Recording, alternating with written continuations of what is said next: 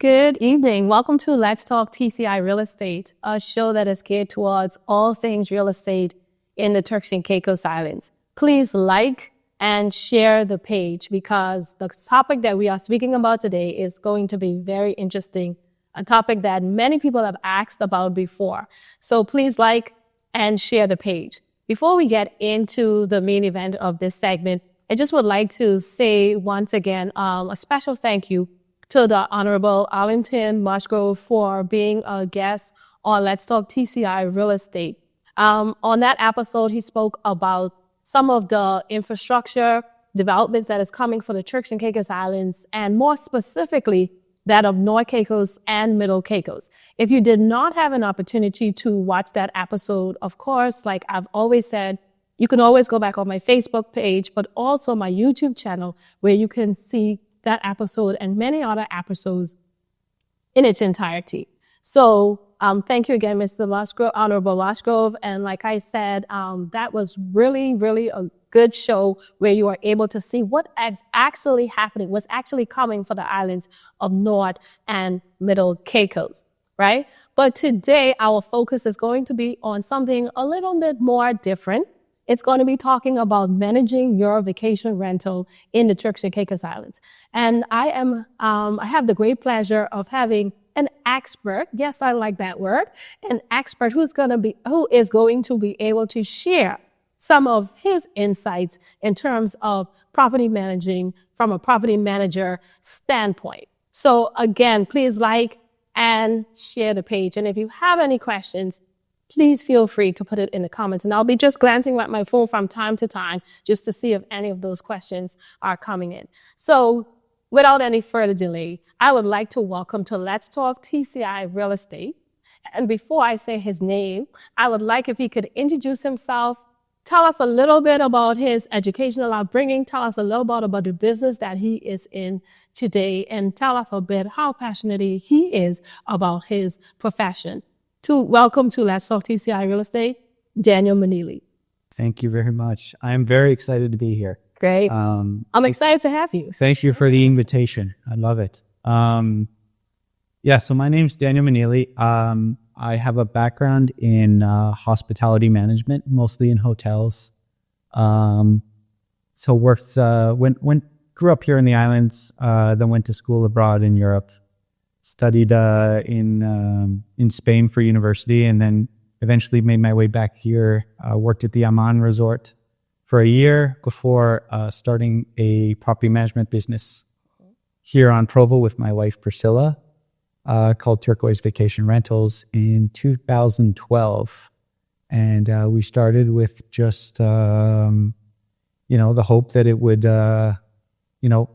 allow us to pay the bills here. And it's just slowly but surely grown into a relatively small boutique portfolio of 12 properties with a team and a maintenance.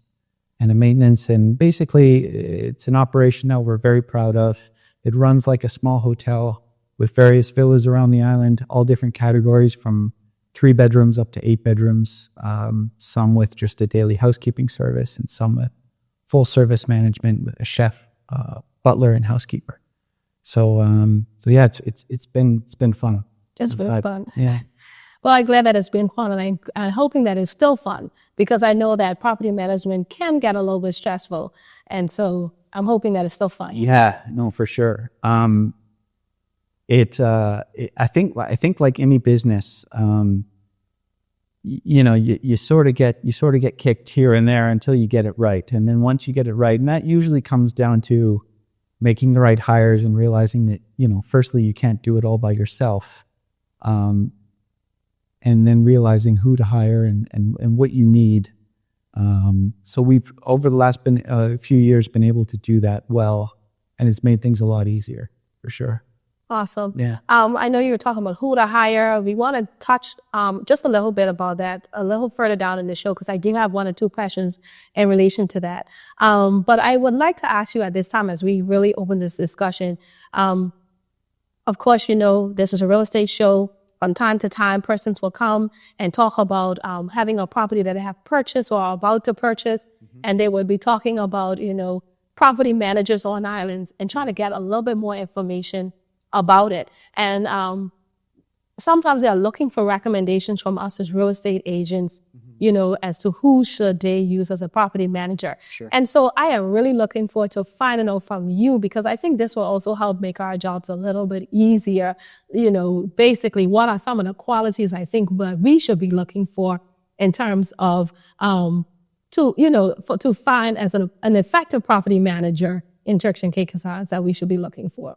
Yeah, I mean, really, you want someone that's going to be here full time and that actually looks at property management as a full-time profession. It's not something that you can do part-time because of how involved just the job requires you to be.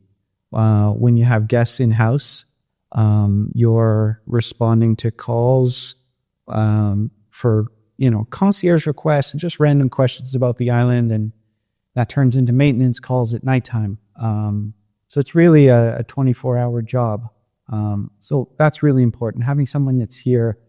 And then someone that can give you realistic expectations as far as expenses and revenue, and that can guide you appropriately on where to invest your money and what makes sense and what doesn't make sense, and sort of the key things to look out for.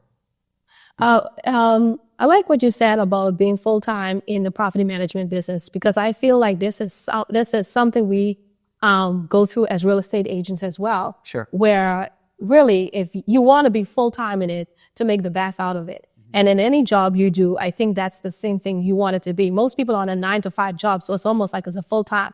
So when it comes to property management, we do have lots of people out there who are doing property management, but they are also doing other jobs or maybe on a 9-to-5 job. Yeah, it's impossible to do with something else, I've realized over the last couple of years, because some properties of course are a lot harder to manage than others. Anything on the water or that's getting a lot of salt spray on it regularly, the maintenance requirement is heavy. So there's that aspect. And then you want to hire a property manager that's focusing on the revenue generating aspect of the property all the time. Someone that's staring at your calendar, looking at it to maximize your revenue on a month-to-month basis, and then on a year-over-year, looking at those months and trying to better the previous year. And so if you're focused on something else, a lot of times, just like real estate, you're not going to get the same kind of production out of your investment. Yeah. Also, like you say, financial management is very important. For sure. Yes, because you want to make sure that you also have a property manager who can help you, like you said, about optimization as well. Sure. Well, I mean, that's the main thing. If you think about how a hotel runs, there's various different departments to it, right? There's your guest service aspect once the guests are there, but you got to think about how to get the guests there, and where to market, and where to spend money, and your promotions, and who's going to take the best pictures for you, and how do you optimize those pictures, and what are the best performing sites to do so. You also you have to think about the maintenance aspect. You have to think about your staffing, and then you have to think about your systems, like your calendars and your information. Is it updated properly? A lot of times as well, on an island like this, we're from my perspective anyway, we're a relatively small fish in a big villa pond. And a lot of times this industry is very regional. And so when you're talking luxury villas, for example, out there's a lot of what we call villa wholesalers. Okay. And so they're looking at regions like the Caribbean. So when someone types in villa in Turks and Caicos, usually these guys pop up first. They'll select the Caribbean, and they're looking at not only Turks and Caicos, but they're looking at, St. Bart's, Antigua, various other islands. So, I mean, like I said, you have to constantly be thinking about these things and thinking about what makes most sense. And then, of course, the owners have wishes that they want for their property. Above and beyond just the property making money, they have agendas here on island of things that they want to buy, things that they want to look after. So it's really a little hotel. And each property is really its own business, its own set of books. and it has its own goals. Yeah, I think I like the analogy that you use. It's like a little boutique hotel. The only thing is, like you said, instead of you having so many different persons to take on all those responsibilities or roles, most times it's one or two persons Correct. who is collectively doing everything. Correct. Yeah. So you have your marketing person, you have your finance person, you have persons who are in the customer service area, you have persons who are in the maintenance. And so basically all of these are qualities that any property manager should be able to have to perform efficiently. Yeah, I think why there's just a ton of burnout in this industry, because I think it's very easy to take on too much very quickly and not realize all of the behind the scenes sort of infrastructure type work that you need to do in order to maintain multiple properties at the same time. For sure. I think just talking about this puts me into my other question, really about what are the key advantages of using a professional property manager versus someone who is self-managing their property. I think some of that ties into it, but I'm sure that there are other reasons that you can find that it is, I think, proves more profitable and beneficial to owners to have a property manager, professional. Yeah, I mean, we sit down with people that are building their home here in the islands, and they're very new to this. And we sit down with others that might have vacation homes on the coast of the United States, and every region is completely different, of course. When they come here, choosing the right manager is really important, because you have to be able to know how things work here on the island, different regulations, that kind of thing. And then, of course, if you wanted to manage it yourself, the disadvantage of not knowing the performance of other properties in the market doesn't help. And when you have a property manager that can say, well, we're going through a period right now that's a little bit slower. We're seeing this across the board, and they can give you a little bit more guidance on what to expect. And this isn't just happening at, in your villa, and this is happening right now in the whole island, and, just things like that. I think you hit on two key points. One of the things you said it so quickly, but talking about regulations, I think that's also, like you said, very important. With self-managing, sometimes you don't know about the regulations that exist within the country. Yeah. And by having that professional property manager, you would be more well-versed on what is required by government law or that has anything to do with that. And even when it comes to preparing the villa for inspection and scrutiny by the government, that's something that you would be more versed on. Oh, for sure. And you get to know the various different departments. There are inspections that you have to do now once a year, which I think is beneficial because it protects the integrity of the tourism market here in the islands. But knowing those departments really helps, and when to get various inspections done, and when to get them done by, and who to talk to is everything. So guidance there is really important, and really, if you hire the right property manager, there shouldn't really be much for you to do. I mean, you can have as little or as much involvement as you want, but if you hire the right team, they'll take care of everything for you, and they can make it a very turnkey investment that is returning year over year. Do you think that having a property manager versus self-managing, you are able to maximize the occupancy rate for the units as well? A lot of times too, yeah. Well, when say it's your own property and you have another job, you're not necessarily staring or analyzing the calendar as much as someone that's doing it full time. So a lot of times the way I work is I try to establish a monthly goal as far as revenue, property by property. And once I've hit that goal, and I get last minute inquiries, I might have someone that might not have the budget for the property, but I have a 3 or 4 day gap. And I'll try to fill that gap, because everything above and beyond sort of what my goal was is basically the cherry on the top of the cake, you say, or the additional profit for the owner. So we're constantly trying to optimize the calendars and make them work to maximize revenue for the owner, because a lot of the the way these relationships are set up with your property managers, they're commission based. So the more money the property makes, the more money the property management company makes. So both people have aligned incentives. Makes a difference. Makes a difference. Yeah. I have one more question, and then I'm going to take a question from the live feed. And this goes back to when we were talking about, having the right staff. How do you recruit and retain qualified staff, that particularly those with some hotel industry experience? Because I feel like that's an asset in the property management business. For sure. And it doesn't always translate 100%, especially people that are coming from hotels. We've learned that hotels are very departmentalized. So you have housekeeping and you have guest services and you have concierge, and hotel staff are very used to picking up the phone and dialing 6. Right. And that'll get you the department that you need, and they just forward the guest there. We're not able to really do that. And so our staff out of house and in-house, in a lot of cases, have to be able to respond to all the guest needs right there.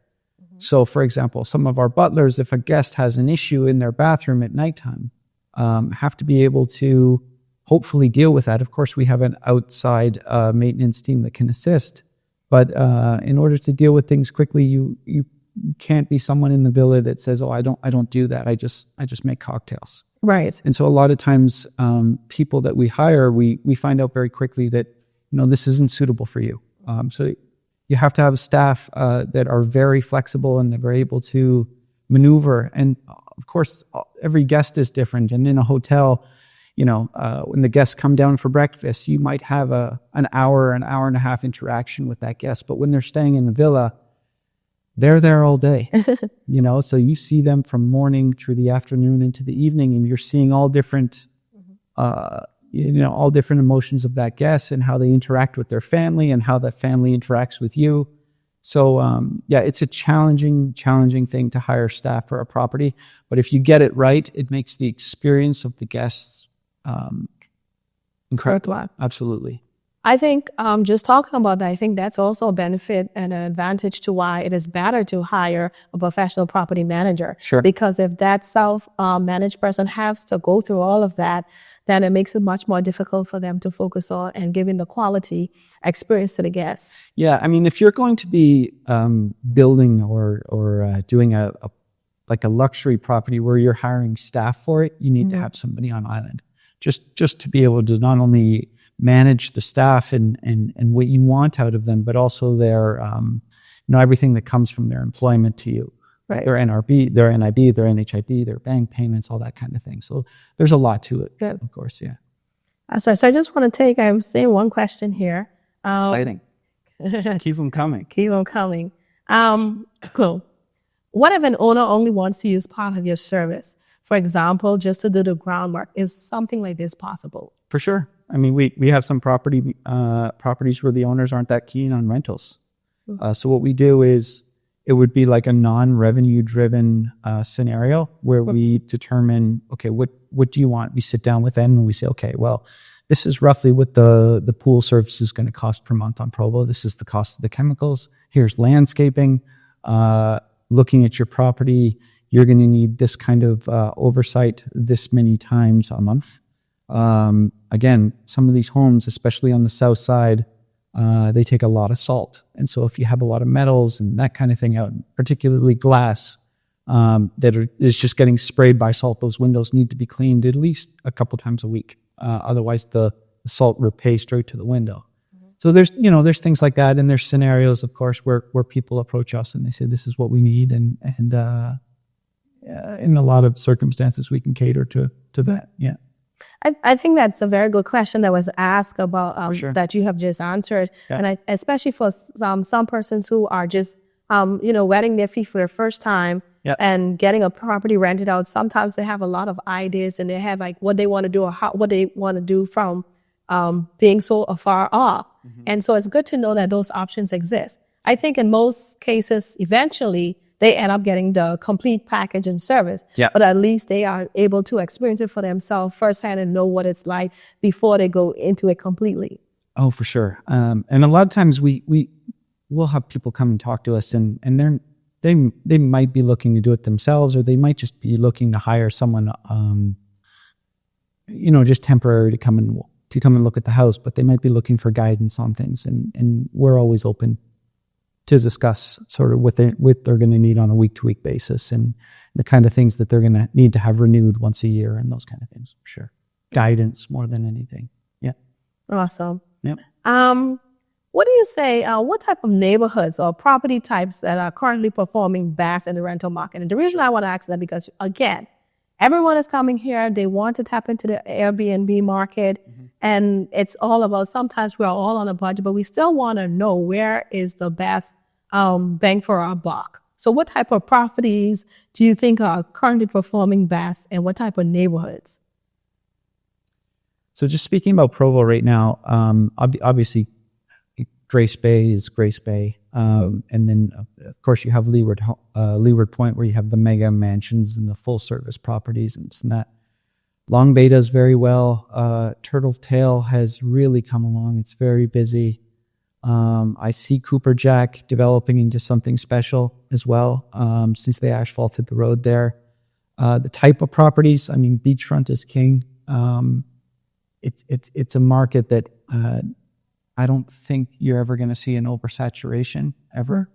Why would you say that? Not to copy. Well, it's limited. Beachfront is quite limited on Provo, and there's such heavy demand for this product. I mean, Turks and Caicos is such a special place, and the water is unlike anywhere else. Right. And then, of course, there's the infrastructure behind it.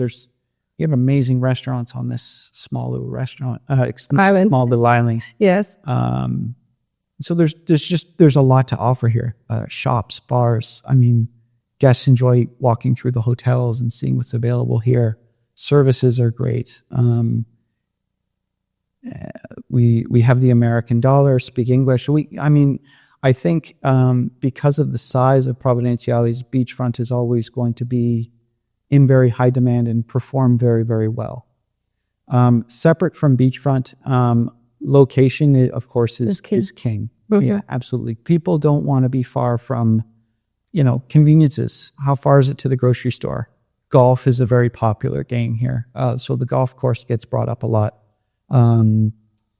Proximity to the beach, if you're not on the beach, what's close by. So, you'll find some beautiful iron shore properties in Turtle Tail. And the first question the guests ask is, how long does it take us to walk or to drive to the beach? Mm-hmm. So just, a lot of times you just try to look in the mirror and sort of ask the questions, what would I be looking for if I was coming to Turks and Caicos and didn't know anything about it? Yeah. Yeah. I noticed that there are a lot more even residential communities that are being developed. Just say, for example, like in the Leeward, the East Side Estates, there is also several other properties. And I realize what a lot of them are also doing is having a lot more amenities on site that can attract buyers if it's not on the beach. Mm-hmm. They're doing things like that. So it's showing that, like you say, beachfront is king, but properties that are not on the beach can also do well in the rental if you have the right things paired with it to attract buyers. Yeah, no, absolutely. Amenities, staffing, important. Looking at just trends, like right now we're getting a lot of requests for gyms. Even small, people just want a place where they have their own private little place where they can work out. Access to outside services like chefs that can come in and cook for them, that kind of thing. Yeah. So let me say, in your experience, I know we've spoken a lot about the standalone homes, but we do have that clientele that wants to have some kind of condo living in Turks and Caicos as well. Mm-hmm. And I know that many of the bigger developments along the beach side in Grace Bay, you're not allowed to manage it on your own. Mm-hmm. But there are a few of them that, say, for example, properties like the Inn at Grace Bay, which is still in the Grace Bay area, or the La Vista Azul property or Caribbean Diamonds. These are some of the smaller boutique hotel developments, but will allow you to self-manage at an extent. Do you feel that by using a professional property manager can make a difference in the revenue that these individuals decide to take on this project versus going through the management? I mean, it really depends on what the revenue split is going to be. In a lot of cases, property managers on island are going to ask for a 10% management fee. Keep in mind as well that above and beyond that 10% management fee, depending on who they're working with for the bookings, there can be a booking fee from 5 to 20% above and beyond that. So property owners can be spending anywhere from that fixed 10% management fee up to 30% for the booking, depending on what kind of property they have. That's with sort of outsourced property management companies like ourselves. A lot of times the owner manager split in a lot of these condos is 50-50 before expenses. Yes. And I'm it's not really my industry, but I'm not sure what occupancy numbers are like in a condo. I think the studios perform better than the larger units. We got involved with a condo one time. It was a penthouse unit on Grace Bay. Very beautiful, gorgeous views, spectacular. The issue that we found, though, that we found out, obviously working with the owner, was that because they were renting separately from the management, it created a conflict between the owner and the management of that condo. And although they paid strata, the strata was deemed to be just for them and not for use of their guests, right? Because the management didn't make any, split of that revenue rental. So it created a lot of conflicts, and at the end of the day, it was a learning lesson. We said better not, continue with this. It wasn't the most comfortable scenario. But again, like you said, there are condos that are welcoming and friendly to that kind of thing. Right. It would just depend on what the revenue split is and how that all works out. Yeah. Okay. So back to single family homes then, and off of the condos for now, what type of upgrades you think will actually increase your rental income in a home? And sorry, and just so you know, this question is coming from, because a lot of times when people build, some buyers, they build to their specific taste, right? And then they have all of these things that include, but you want to know what is it that renter is really looking for in a home. So we don't want to have, I know gym is something that you just mentioned, but for the most part, you don't want to have all these add-ons, and it doesn't actually do anything for them. I think like when you're going to purchase a home, or you want to you renovate or maybe change a home, a lot of people travel here in groups of couples. And the way they set it up is they all split on the rental. And if you can maximize the number of rooms in that rental with a frontal view of the ocean, it becomes a much more attractive rental to outside guests, and increases demand for that property. Properties that not every property can offer all their rooms with a frontal view, but the more you can, the better. Properties that have obviously a nice big pool, outdoor sun deck. The reasons why people come to the Turks and Caicos is for the sunshine and to be outside and to enjoy the view or the beach. So any kind of amenities that you can do, like beach decks, little entertainment areas on the water. You're looking always as well for that hero shot, that picture that you can take, whether it be by drone or just an angle of the house that sort of encapsulates everything and sort of puts the dream in the guest's head when they're looking at various different listings. So amenities like that, and I mean, it of course it varies property to property, but you always got to be looking at it from the perspective of, if I were a guest, what is where's the hero shot here that sells me on the property in the first 10 seconds of finding the listing. Right. Yeah. So basically, certain amenities, as well as you are saying that the design of the house really matters. Critical. When you are having it for rental management. Yeah. I mean, we've been working with some properties now for 10 plus years, and just little add-ons that we've done where we've enhanced the beach and put a beach deck on. We put the various different umbrellas up and set up all the chaise lounge chairs and really walking. I mean, you get these ideas a lot of times from walking through these Grace Bay hotels. Right. Because, I mean, they do it very well. And so if you can take the hotel experience and bring it to a private villa, that's ultimately what people want, for sure. Talking about amenities and design, it just brings me to the idea of right now, a lot of people are thinking about going more green and having more solar panels. Do you feel like an enhancement like solar panels is a plus to villa management right now? Oh, that's a great point, B. Solar is a huge difference. Huge difference. We had one of the first properties that went completely solar. Okay. And at the time, honestly, it was a bit sketchy. It had issues. It was an expensive investment, and I wasn't sure. I'm still not sure if that initial investment was worthwhile. But there's some really solid solar contractors on island that put in these simple turnkey systems that you can follow on your app, and you can give to your manager to follow on their app, so that they can maximize when to use certain systems in the house, like your pool pumps. When do they turn on? Well, you want to turn them on when the sun is the highest, so that you're using the majority of your load for free. Can save a lot of money. Right. So in the properties that we have them in place, we have systems that are taking it from 40% to 75, 80% offset of power.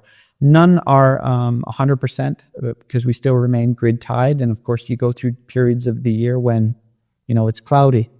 But it's a very good thing to look at. I would recommend it strongly. And of course, when you're designing your property, designing it so, if you're going to have solar panels on it, designing your roof so that the panels are facing the sun majority of the day. Also, yeah, I know a lot of people are doing it just in their regular homes now, but I also ask that in addition to knowing that in Turks and Caicos, the cost of a lot of things is very expensive. Yes. And when we're thinking about the electric bill, I think that's a big bonus to have the solar panels be able to kick in to assist. Yeah. And another thing to that point as well, I mean, your biggest draw on the power is going to be your air conditioning. And again, the guests that we have down here, they're mostly coming from the United States, where the power is a lot cheaper. And what is the first thing they do? They go into the villa and they turn the AC all the way down. So the condensers start working really hard, especially over the summertime. So designing your villa properly too, so that you're using air conditioning very efficiently. Not air conditioning big, huge, wide atrium spaces with big, huge glass windows, because the condenser's never going to catch a break. It's always going to be working to meet that temperature. Also, if you're in a position to hire staff for that property, training them properly to use that system efficiently, where if the sun is out and the guests don't need the certain areas of the house, they don't need the AC on at that stage, they can turn it off. It's all about minimizing costs without taking away the experience of the guest, and maximizing the gross and net revenue for the owners. Yeah, I think what you said, even though the question wasn't about what I'm about to say, it brings us back to the same reason why it's so important to have someone like a professional property manager on site, because these are things sometimes the owners doesn't really think about, and doing it from a distance, they're not even on hands to be able to experience all of this that is happening. For sure. I mean, and a lot of times we like to get involved from the point that they're midway through construction, because we can start to sort of guide them on decisions that come up as far as materials, where to put what appliances, that kind of thing, so that the bill operates properly. Because at the end of the day, it's like if you're building a property to give you a return on investment, it needs to be something that's designed for this and not designed as a personal home.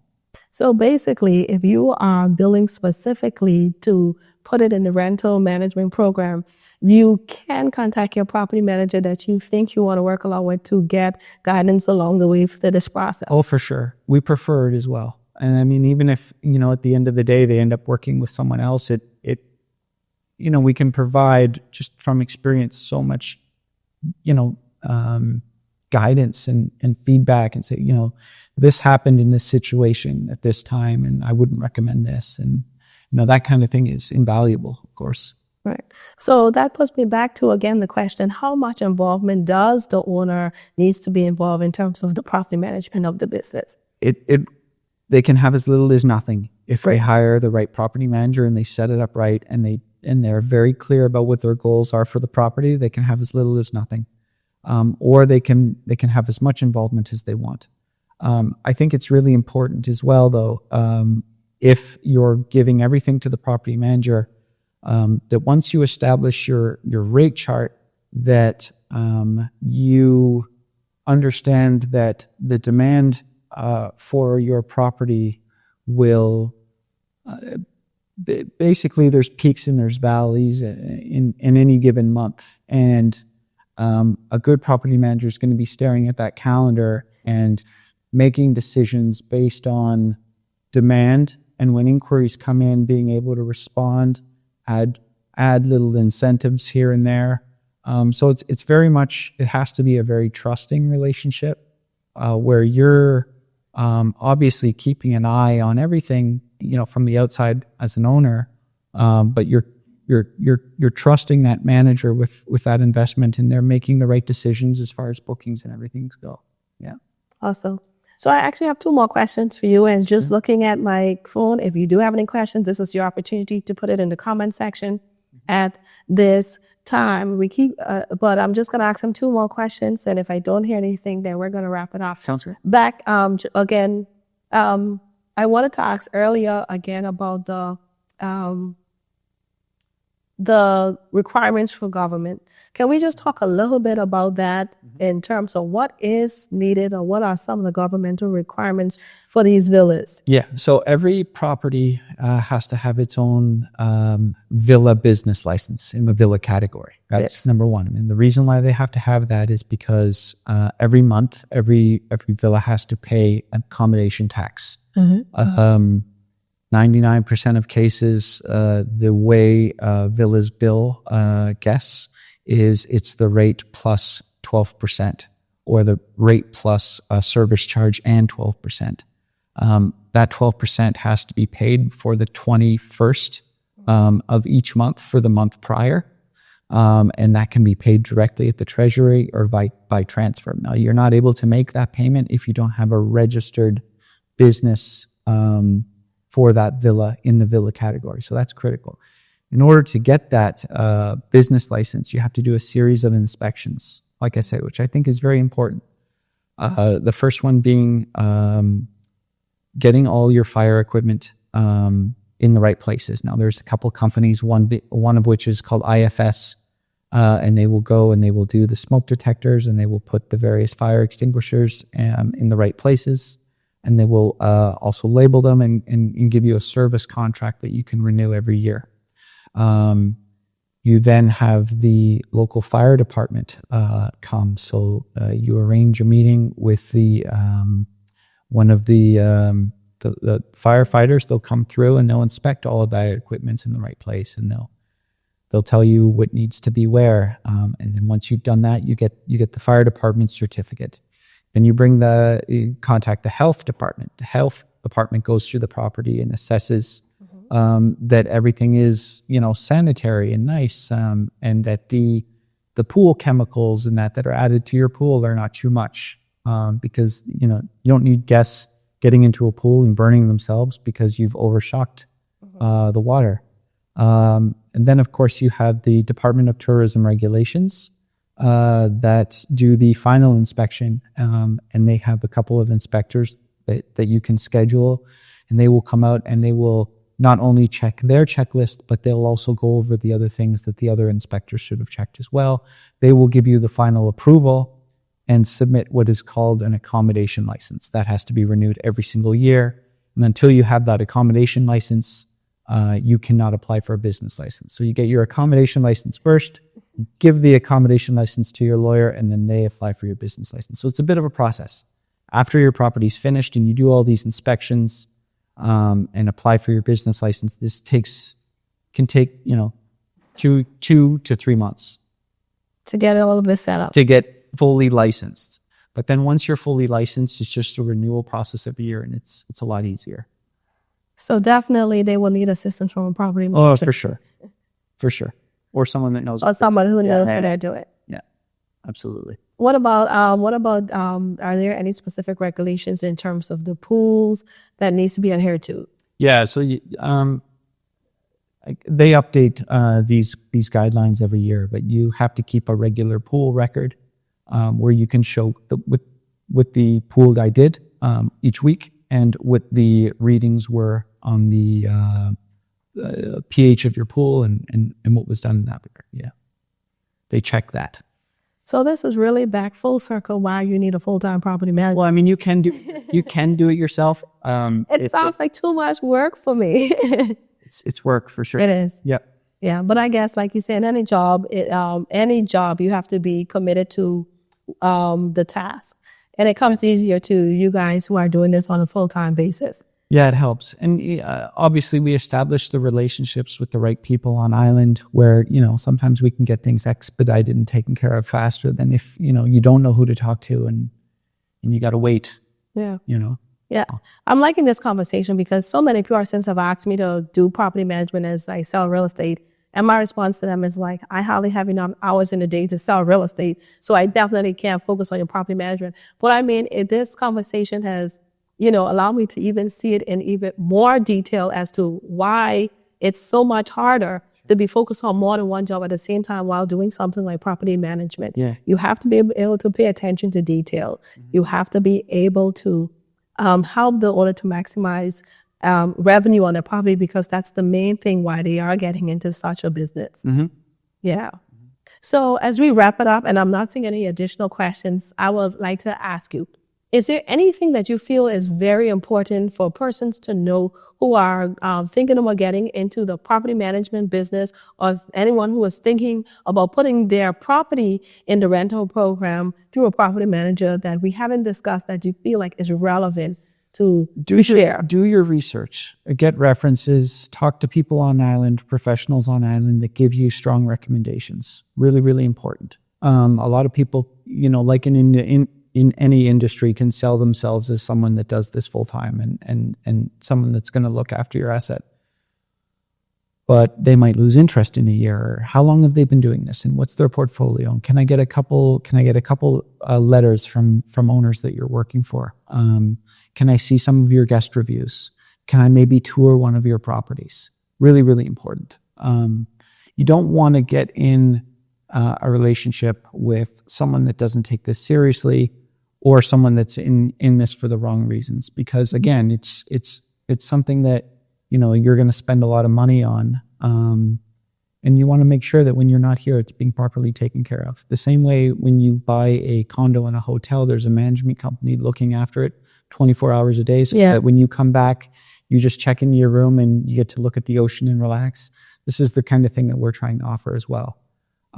So there's a few very good property management companies on the island, and again they're very busy. And if they're not available to take your property on, they can often refer you to the right one. Lawyers, real estate agents. I mean, this is a small place. A lot of people know each other and they know who's doing what and who's doing what well. So that really helps, and that would be my strongest recommendation. Not only for the maintenance and of course the rental of your property, but that person's going to be managing a lot of money and deposits, sometimes a year, 2 years in advance. So you need to have someone that's very dependable. Yeah. Yeah. Yeah, I think that's really good advice that you've given, sorry, in terms of, what property managers needs, not property managers, owners Sure. needs to look for in terms of, the quality of property managers that are taking on Yeah. their properties. It's not a slight thing. It's not a part-time. It's not- It's not really a part-time job. No. Yeah, definitely. Well, thank you so much, Daniel, for being a part of this podcast. I'm so happy that I got to experience this. Thank you. Definitely. And thank you so much to all of you who have asked questions, who have listened in. And definitely, please use this opportunity to share this with those who you know will be interested in watching this at a later date. And until next time, like I always say, stay safe and remain blessed. Have a great evening.